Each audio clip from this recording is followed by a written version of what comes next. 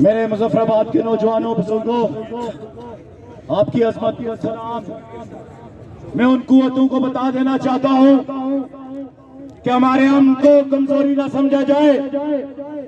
जब हमारे कायद शौकत नवाज मीर हमें कॉल देगा तो याद रखें, तो फिर आप लोगों को छुपने की जगह नहीं मिलेगी, ये याद रखें। हमने ये तय कर लिया है कि रोज रोज मरने से एक दिन मरना बेहतर है। कायदे तहरीक में जनाब शौकत नवाज मीर से, अपने भाई शौकत नवाज मीर से, क्योंकि हम शौकत नवाज मीर को चाहते हैं बस, क्योंकि हम किरदार के पीछे खड़े होते हैं। शौकत नवाज मीर साहब हुक्म करो, सबसे पहले हमारे अपनी जानू के नजराने पेश करेंगे। चैनल मेरी हर सफे अव्वल का किरदार अदा करेगी।